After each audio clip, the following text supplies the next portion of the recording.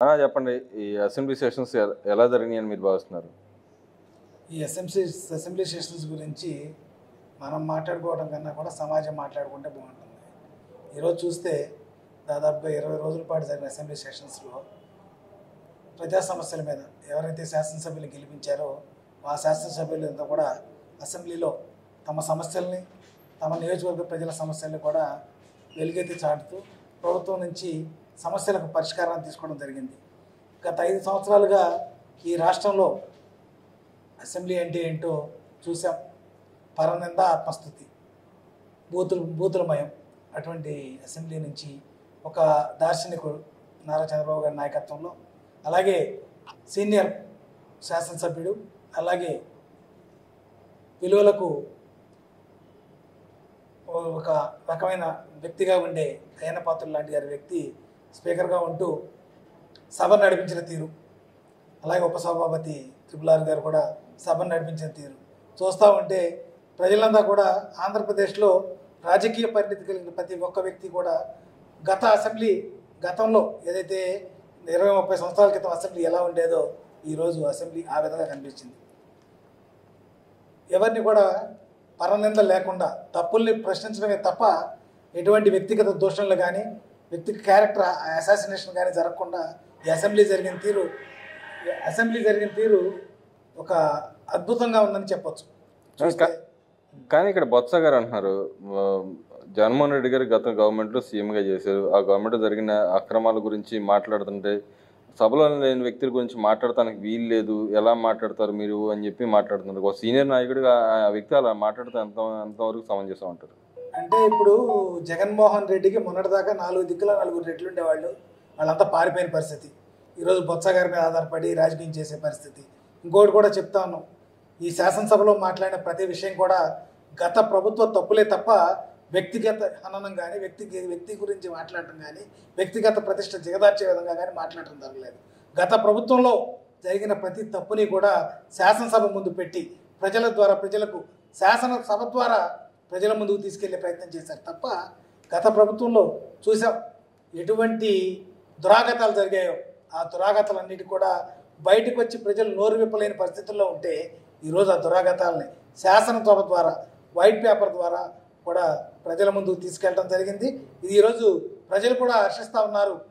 ఈరోజు ప్రజలంతా కూడా ఏకకంఠంతో ఈ శాసనసభ జరిగిన తీరుని కానివ్వండి, గత ప్రభుత్వం చేసిన తప్పులు కానివ్వండి ఖండిస్తూ ఉన్నారు. ఇది పూర్తిగా ఈ సభలో ఏదైతే గత ప్రభుత్వం తప్పులు చేసిందో ఆ తప్పులన్నింటినీ ప్రజల ముందు ఉంచేందుకు జరిగిన సభగా కూడా చెప్పొచ్చు. ఏ తప్పు ఎవరిని కూడా వ్యక్తిగత ఆనందం కానివ్వండి, అలాగే క్యారెక్టర్ అసాసినేషన్ కానివ్వండి, ఏది జరగకుండా వ్యక్తిగత దోషణలు లేకుండా జరిగిన సభగా దీన్ని చెప్పొచ్చు. ఈరోజు బొత్స గారు మాట్లాడుతూ ఉన్నారంటే కేవలం తమ నాయకుడిని కాపాడుకుందామనే ఒక ఉద్దేశమే తప్ప ఆయన కూడా సీనియర్ శాసనసభ్యుడిగా శాసనసభ ఎలా నడుస్తుందో అని చూసిన పరిస్థితి. ఎందుకంటే ఆఖరి రోజు ఫోటో సెషన్లో ప్రతిపక్ష నేతగా అతనికి ఎక్కడ స్థానం ఇచ్చామో కూడా చూసాం. గతంలో ప్రతిపక్ష నాయకుడికి ఏ విధమైన ఎలాంటి అవమానాలు గురైనా కూడా చూడటం జరిగింది. ఇది పూర్తిగా ఇది శాసనసభ మొత్తాన్ని కూడా ఈరోజు తేటతెల్లం చేస్తూ ఉంది. అయితే ఇక్కడ ఒక వ్యవహారం చూస్తే ఏదైతే పార్లమెంట్లో పిల్లి సుభాష్ చంద్రబోస్ గారు అంటున్నారు, ఏపీ రాష్ట్రంలో అసలు లా అండ్ ఆర్డర్ లేదు, సెంట్రల్ హోంశాఖ కల్పించుకోవాలి, రాష్ట్రంలో శాంతి భద్రతలు కలిపేయాలని చెప్పి అడగడాన్ని ఎలా చూడొచ్చు అంటారు? శాంతి భద్రతలు సన్నగిల్లటం అంటే డాక్టర్ సుధాకర్ జరిగినప్పుడు, డాక్టర్ ఏదైతే కిరణ్ కుమార్ ఉన్నాడో కిరణ్ కుమార్ జరిగినప్పుడు, ఏదైతే MLC Anantha Babu driver సుబ్రహ్మణ్యాన్ని door delivery చేసినప్పుడు, అలాగే తోట చంద్రయ్యను పీక కోసినప్పుడు, అలాగే నందం సుబ్బయ్యను పీక రోడ్డు గడ్డంగా నరికినప్పుడు, ఇటువంటి అనేక దురాఘాతాలు జరిగినప్పుడు చేయాల్సిన పని ఆ రోజు పార్లమెంటు సాక్షిగా అసెంబ్లీ సాక్షిగా మా నాయకులు మాట్లాడుతూ ఉంటే మైకులు మూసిన పరిస్థితి. ఈరోజు ఈ రాష్ట్రంలో ప్రతి వ్యక్తి మాట్లాడగలిగే స్వేచ్ఛతో ఉన్నారు.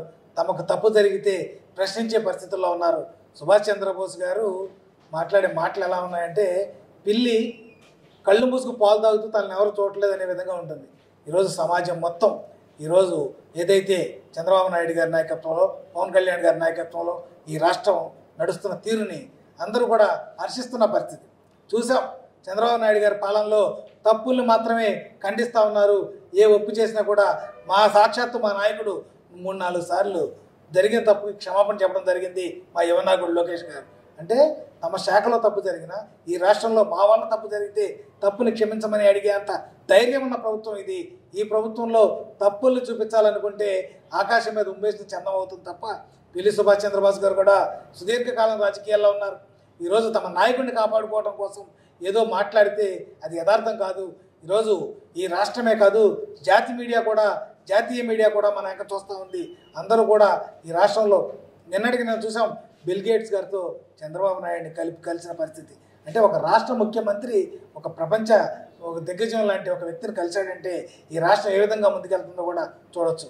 అంటే అనేక తార్కాణాలు గత 9 మాసాల ఈ రాష్ట్ర పాలనలో మేము ఎవరి మీద కక్ష సాధింపు చర్యలు కానివ్వండి ఎటువంటి చేయకుండా తప్పులు చేసిన వాళ్ళకి మాత్రమే శిక్ష అనుభవించే పరిస్థితి కనపడుతుంది. ఈరోజు పోసాని కృష్ణమురళి కానివ్వండి, అలాగే వల్లభనేని వంశీ కానివ్వండి, అలాగే నందిగం సురేష్ కానివ్వండి, ఎవరు శిక్ష అనుభవించినా కూడా వారు చేసిన తప్పులకి అనుభవిస్తున్నారు తప్ప ఎవరి మీద ఇంకొక చిన్న మాట తప్పుకి ఏదైతే వాళ్ళ మీద కక్ష సాధింపు చర్య చేయాలనుకుంటే ఈరోజు సాక్షాత్తు ఏదైతే పార్టీ నాయకుడు ఉన్నాడో అతను కూడా కక్ష సాధింపు అనేది తెల్లారి రోజు జైల్లో ఉండాలి.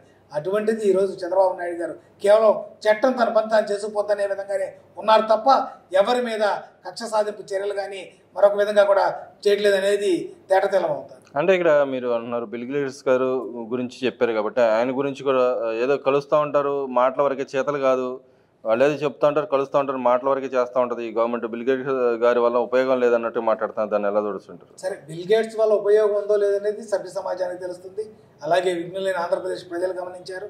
ఈరోజు సోషల్ మీడియాలో కానివ్వండి మరి ఎక్కడైనా కానివ్వండి పార్టీ రహితంగా తెలుగుదేశం పార్టీ కావచ్చు, భారతీయ జనతా పార్టీ కావచ్చు, జనసేన కావచ్చు, వీరెవరు కాకుండా సామాన్య ప్రజానికం ఎటువంటి హర్షోద్వేగాలు వెలబుస్తూ ఉన్నారో చూద్దాం. 5 విభాగాల్లో ఈరోజు బిల్ గేట్స్ గారు తన సహాయాన్ని అందించడానికి సిద్ధంగా ఉన్నానని మనకు తెలియజేయటం, త్వరలోనే ఈ రాష్ట్రానికి మరోసారి వస్తానని తెలియజేయటం. అలాగే గతంలో బిల్ గేట్స్ మనకి ఏం చేశాడనేది అందరికీ తెలుసు. బిల్ గేట్స్ ట్రస్ట్ ద్వారా మనం ఏ విధంగా లబ్ధి పొందామనేది కూడా ప్రజలకు తెలుసు. ఈరోజు వైకాపా నాయకులకు తమ చేతగాని తరాన్ని తేటతెల్లం చేసుకోవడం కోసమే ఈ మాటలన్నీ మాట్లాడుతూ ఉన్నాడు. గత 5 ఏళ్లుగా ఈ రాష్ట్రాన్ని ఏం చేశారో చెప్పలేని పరిస్థితి. ఈ రాష్ట్రంలో కేవలం తాయిలాలు ఇచ్చి ప్రజలు మోసం చేశారు తప్ప ఈ రాష్ట్రాన్ని అప్పులు పాలు చేసిన వైకాపా నాయకులు ఏమీ చేయలేక ఇప్పటికీ ఏదైతే అబద్ధానికి పుట్టిన బిడ్డల్లాగా అబద్ధాలే మాట్లాడుతూ అబద్ధాలను ప్రచారం చేయడమే తమ ఎజెండాగా గోబల్స్కి మరో బిడ్డలాగా ప్రవర్తిస్తూ ఉన్నారు తప్ప ఈ రాష్ట్రంలో జరిగే మంచిని గురించి మాట్లాడలేని పరిస్థితుల్లో వైకాపా నాయకులు ఉన్నారు. కానీ ఇక్కడ ఏదైతే మీరు ఇచ్చిన వాగ్దానం మేము అడుగుతుంటే నెరవేర్చకుండా మా మీద ఎదురు కేసులు పెడతారు, మమ్మల్ని అన్యాయక్రమంగా దాడులు చేస్తాం మా మీద అని చెప్పి అంటున్నారు. నిన్న ఏదైతే తిరుపతి ఘటన చూసుకుంటే మహిళలు కొంతమంది వైసీపీ మహిళా నాయకులు వెళ్ళి బస్సులో ఉచిత బస్సు అని అన్నారు, ఇవ్వలేదు, అడుగుతుంటే దాడులు చేసి మమ్మల్ని భయభ్రాంతులకు గురి చేస్తున్నారని చెప్పి అంటున్నారు. దాన్ని ఎలా చూస్తారు? ఇవన్నీ పూసుకోలు మాటలండి. ఏదైతే తెలుగుదేశం పార్టీ 6 పాయింట్స్ ఏదైతే ఉన్నాయో ప్రతి కార్యక్రమాన్ని నెరవేర్చడానికి సిద్ధంగా ఉన్నాం. ఏదైతే పెన్షన్ వచ్చిన గంటలోనే ఆ రోజు మనం పెన్షన్ ఇవ్వడం జరిగింది. గతం 3 నెలలకు సంబంధించిన 3,000 రూపాయలతో కలిపి 4,000 రూపాయలు ఇవ్వడం జరిగింది. అట్లాగే ఏదైతే ఉచిత గ్యాస్ సిలిండర్ ప్రారంభించడం జరిగింది. అలాగే ఏదైతే మేము ఇస్తా ఉన్నామో ప్రతి కార్యక్రమాన్ని తల్లికి వందనం రేపు జూన్ నుంచి ప్రారంభించడం జరుగుతుంది. జగన్మోహన్ రెడ్డి చేసిన పాపాలను ఆర్థికంగా మనకున్న కష్టాలన్నింటినీ కూడా ఒక దారికి తెచ్చుకుంటూ చేయడానికి ఒక 2 నెలలు 3 నెలలు టైం పట్టచ్చు. కానీ బట్ ఏదైనా కూడా తెలుగుదేశం పార్టీ తను ఇచ్చిన హామీలన్నీ కూడా నెరవేర్చడానికి సిద్ధంగా ఉంది. డిఎస్సి కూడా ఈ నెలలో డిఎస్సి కూడా ఇవ్వడం జరుగుతుంది. ఏదైతే తెలుగుదేశం పార్టీ హామీలు ఇచ్చిందో ప్రతి హామీని 6 హామీలే కాదు అంతకు మించి కూడా చేయడానికి తెలుగుదేశం పార్టీ సిద్ధంగా ఉంది. ఇటువంటి విషయంలో ప్రజలెవరు కూడా భయపడలేదు, మాకు ఇది చేయలేరని. కాకపోతే కొంతకాలం జగన్మోహన్ రెడ్డి చేసిన పాపాలని సెటరేట్ చేసుకుంటూ మనం చేయాల్సిన అవసరం ఉంది కాబట్టి కొంత టైం తీసుకుని ఉండొచ్చు. బట్ ప్రతి కార్యక్రమాన్ని కూడా ప్రజల ముందుకు తీసుకెళ్ళడానికి తెలుగుదేశం పార్టీ సిద్ధంగా ఉంది. ఎస్సీ రిజర్వేషన్ గురించి ఏం చెప్తారు? ఎస్సీ రిజర్వేషన్ కాదండి, ఏదైతే వర్గీకరణ ఎస్సీ వర్గీకరణ విషయంలో తెలుగుదేశం పార్టీ మొదటి నుంచి ఒక సిద్ధాంతంతో ఉంది. ఈ దేశంలో తొలిసారిగా ఎస్సీ వర్గీకరణ చేసింది నాకు చంద్రబాబు నాయుడు గారు. ఆ ఫలాలు అందుకున్న మా సోదరులు ఇక్కడ ఆంధ్ర రాష్ట్రంలో ఉన్నారు. దాన్ని తీసుకుని ఈరోజు దేశవ్యాప్తంగా ఎస్సీ వర్గీకరణ జరిగితే తమ వంతు పాత్రగా ఈరోజు రాష్ట్రం నుంచి బిల్ పెట్టడం జరిగింది. ఈరోజు చూస్తూ ఉన్నాం ఎస్సీలు అంటే తెలుగుదేశం పార్టీ ఏ విధంగా చూస్తూ ఉందో. ఈ దేశంలోనే తొలి దళిత స్పీకర్ ఏదైతే పార్లమెంట్ స్పీకర్గా జిఎంసీ బాలయోగిని కూర్చోబెట్టిన ఘనత తెలుగుదేశం పార్టీది. అలాగే తొలి మహిళా దళిత స్పీకర్ అసెంబ్లీలో శ్రీమతి ప్రతిభాభారతి గారిని కూర్చోబెట్టిన ఘనత తెలుగుదేశం పార్టీది. దళితుల పట్ల బీసీల పట్ల తెలుగుదేశం పార్టీకి తొలి నుంచి ఒక అద్భుతమైన ఇది ఉంది. తెలుగుదేశం పార్టీ మాత్రమే దళితులకు బీసీలకు ఒక అన్నగా నిలబడుతుందనేది ఈ ప్రపంచం అంతా తెలిసిన విషయం. దళితులను ఏ విధంగా గౌరవిస్తారనేది Telugu Desam party పాలిట్ bureau చూస్తేనో, Telugu Desam party అధికారంలో ఉన్నప్పుడు జరిగే పథకాలు చూస్తేనో, ఈరోజు జగన్మోహన్ రెడ్డి గత 5 సంవత్సరాలుగా ఎస్సీ సప్లాన్ని తొక్కి పారేసిన పరిస్థితి. ఎస్సీలు మా మేనమావలని చెప్పిన జగన్మోహన్ రెడ్డి ఈరోజు ఎస్సీ సప్లాన్ అనేది మర్చిపోయేలా చేశారు. కానీ ఈరోజు తెలుగుదేశం పార్టీ ఎస్సీ సప్లానే కాదు, ఎస్సీలు ఆర్థికంగా మరింత పదింతలు పెరగడం కోసం ఏ విధమైన వ్యూహాల కుశాలు కూడా తెలుగుదేశం పార్టీ చూస్తూ ఉంది. ఎస్సీల పట్ల బీసీల పట్ల తెలుగుదేశానికి ఎప్పుడు ఒక అద్భుతమైన వాతావరణాన్ని క్రియేట్ చేసేదే తెలుగుదేశం పార్టీ. అదేవిధంగా జగన్మోహన్ రెడ్డి గారు త్వరలో కాంగ్రెస్ పార్టీకి విలీనం చేయబోతున్నాడు అని చెప్పి ఒక చక్కర్లు కొడుతుంది వార్త. దాంట్లో ఎంతమాత్రం నిజం ఉందంటారు? ఆయన ఒకవేళ పార్టీని విలీనం చేసి అమ్ముకోవడానికి ఏమాత్రం అవకాశాలు ఉన్నాయంటారు?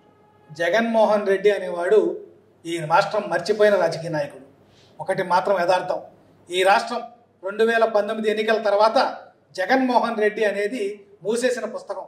అతను కాంగ్రెస్లో కలుస్తాడా, గంగలో కలుస్తాడా, అది మాకు సంబంధం లేని విషయం. అతను ఎక్కడైనా తన మనుగడ కోసం తన ఆస్తులు కేవలం జగన్మోహన్ రెడ్డి ఏ పని చేసినా కూడా తన ఆస్తుల్ని కాపాడుకోవడానికి, తనను తాను కాపాడుకోవడానికి చేస్తాడు తప్ప ప్రజల పట్ల కానీ ఆ పార్టీ నాయకుల పట్ల కానీ అతనికి ఎటువంటి ప్రేమ ఏది ఉండదు. కేవలం తనను తాను కాపాడుకోవడానికి, తన కుటుంబాన్ని కాపాడుకోవడానికి. కుటుంబం మీన్స్ ఎవరో తెలుసు, శ్రీరమణమ్మని అడిగితేనో, సునీతమ్మని అడిగితేనో, జగన్మోహన్ రెడ్డి కుటుంబం ఎవరో చెప్తారు. వాళ్ళని కాపాడుకోవడానికి పనిచేస్తాడు తప్ప అతనికి ఎవరి మీద ఈ రాష్ట్రం పట్ల కానీ, తన పార్టీ పట్ల కానీ, తన చుట్టాల పట్ల కానీ ఎవరి పట్ల ప్రేమ ఉండదు. కేవలం తనను తను కాపాడుకోవడం కోసం ఏదైనా చేయగల సమర్థుడు జగన్మోహన్ రెడ్డి. ఒకటి మాత్రం చెప్పచ్చు, ఇది జగన్మోహన్ రెడ్డి అనేది మూసేసిన పుస్తకం ఈ ఆంధ్రప్రదేశ్లో. రాజకీయంగా Jaganmohan Reddy is more over. Okay.